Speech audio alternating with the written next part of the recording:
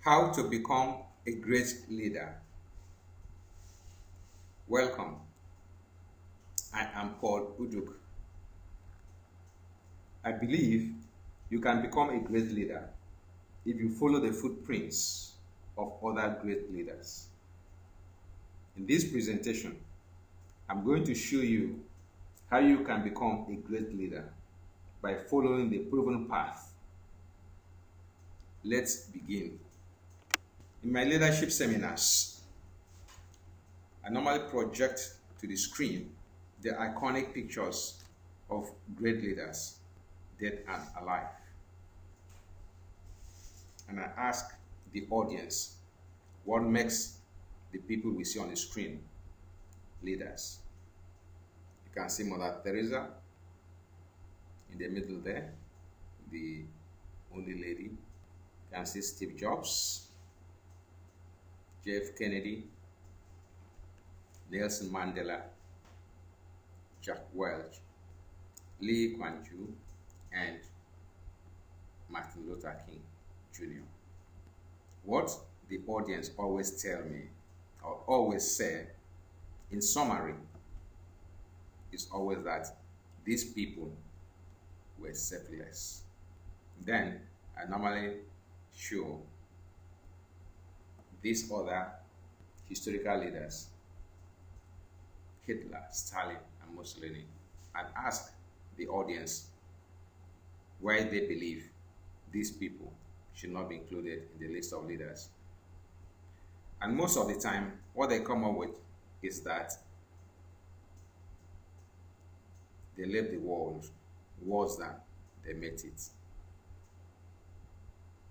They inflicted so much pain on humanity. That's why they should not be included in the list of great leaders. And I believe and accept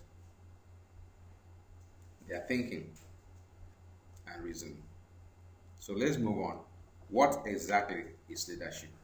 How do we define it? What is leadership? How do we define it? John Maxwell says there is a very simple test you can take to determine or find out whether you are a leader or not. He says the best way, the simplest way, is just to look behind you and find out if you have any followers. Do you have any followers? If you do, you probably are a leader. And if you don't,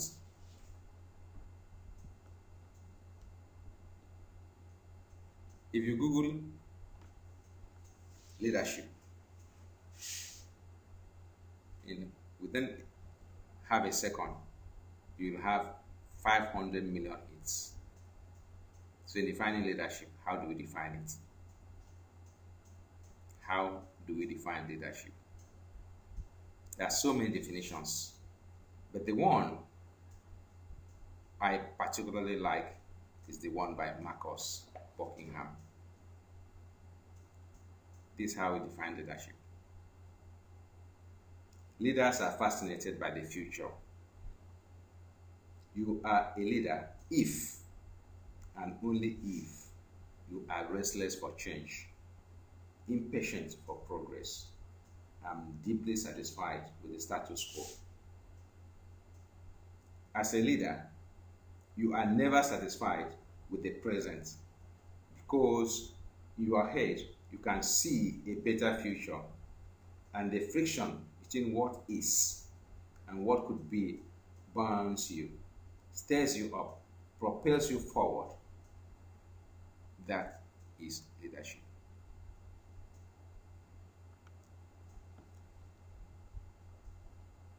So, in effect, great leaders rally people to a better future. Great leaders rally people to a better future. So, if you aspire to be a great leader, you must impact your environment and rally people to a better future. Live the future or live the environment better. Leave the world better than you found it. That is leadership. particularly like the inscription on Andrew Carnegie's tombstone, which says, "Here lies a man who knew how to enlist in his service better men than himself." Remember, you cannot accomplish everything by yourself if you wish to be a great leader. So really, why do people crave for leadership? Why do we require leadership? Why we as humans? If you ask 10 people what is the problem of the world, they will probably tell you the problem of leadership. Again, according to Marcus Buckingham, he says we need leadership because what he calls the 5 universals. One of the certainties of life is death. And because of this, it draws out in us the need for security. And only leaders can provide security for life and property. That's why we look for leadership. We look for leaders. And as a people, we instinctively dread outsiders. That's why we stay together in communities. And every community requires a leader, someone that we can look up to. And then the future. Future is very uncertain.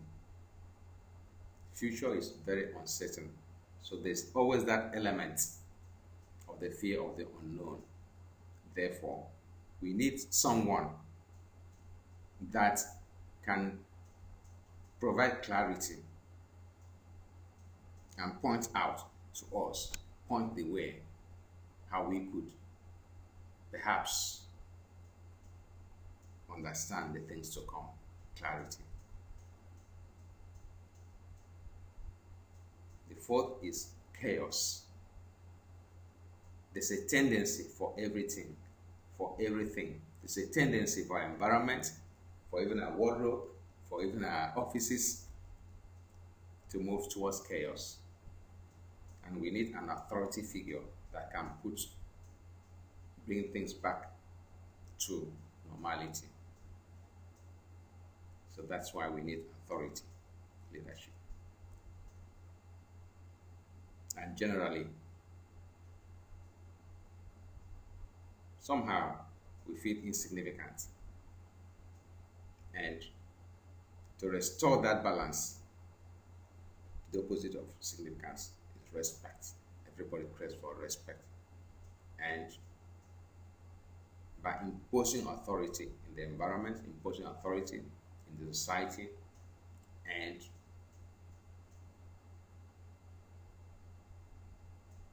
ensuring that there's law and order, we somehow obtain respect. So these are the reasons people crave for leadership. However, that will not be enough. For you to become a great leader, you must have what we call a TPOV. In fact, it is said that until you have a TPOV, you cannot become a true leader. What is a TPOV, by the way? A teachable point of view is a cohesive set of ideas and concepts that a person is able to articulate clearly to others.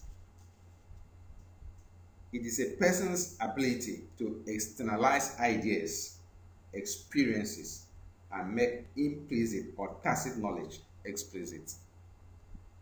As I've said, until you have a TPOV, you cannot become a true leader. So you must develop a teachable point of view that you can explain in very simple terms to your subject, to your followers, what the future is likely to be, where we are heading to,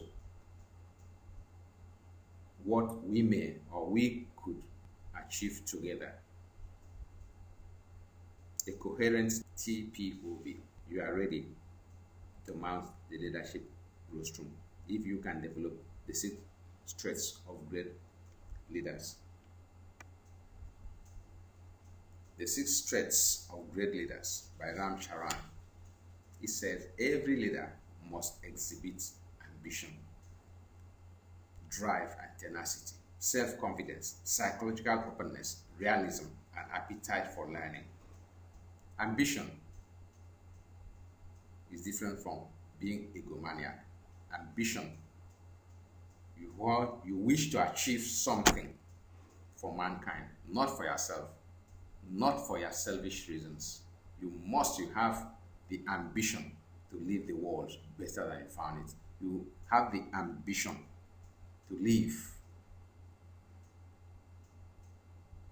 wherever place you find yourself better than you found it.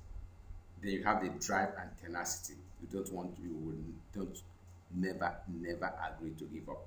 You are tenacious until the goal you have set for yourself, the goal you have set for your environment, the goal you have set for the world is achieved.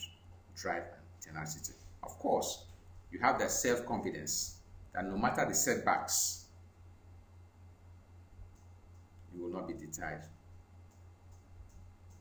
No matter what people say, you'll go ahead and focus on the goals you wish to achieve. And psychological openness. You will not be afraid to admit when you are wrong, to chart a different course, knowing that there's no one way of achieving anything. And of course, realism. You know your weaknesses. You know you are a human. And you cannot accomplish everything in one full sweep. Therefore, know your own weaknesses as a human. You reach out to others. You reach out to surround yourself with other capable people. That's the hallmark of leadership. And of course, appetite for learning. You must be willing to unlearn what does not work. You must be willing to relearn new things. When you stop learning, you stop growing. If you exhibit these 6 traits, you become a great leader. Of course, other leadership traits have been found and documented in certain environments. Special traits like loyalty, duty, respect, selfless service, honor, integrity, and personal courage determines great leadership. For example, the U.S. Army. Of course, you know that the U.S. Army, like any other army, a typical army, is a command structure, a command environment with strict discipline. Therefore, things like loyalty, integrity, and personal courage, of course, duty, will be highly sought after. One of the companies in the world that has been in the forefront of leadership development is GE. There you see the GE Leadership Academy in New York, Torontoville. GE has been noted not to spare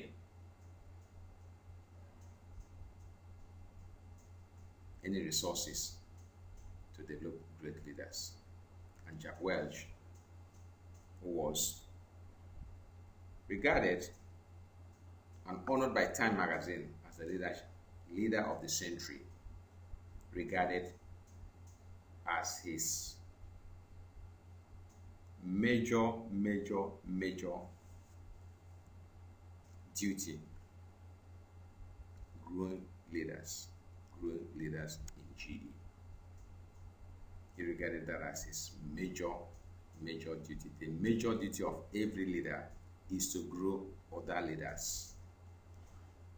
Therefore, The GE's 4 E's have been quoted as an exemplary leadership template that can be adopted by other companies that wish to grow leaders. So if you wish to become a great leader, you must, somehow I recommend that you understand what the 4 E's, the GE's 4 E's stand for. Energy stands for drive. You must have drive. You must be energetic, and you must be willing to embrace change. Energize means that you see vision, and then you can get people, propel people to see the vision with you and take them along with you. Then create spark in others. H stands for being a strong competitor. You must be highly competitive. I mean, it's a corporate word where dog eats dog. Therefore, you must have H. Make the ability to make difficult decisions. And finally, you must be able to execute. Execution. Execution means that you deliver results. I mean, in a corporate environment, everything comes down to results. Ability to deliver good results. Execution also means that you are a consistent performer. If you exhibit these traits and able to energize, have energy, have edge, and execute, you are your way to becoming a great leader. Thank you until I come your way once again.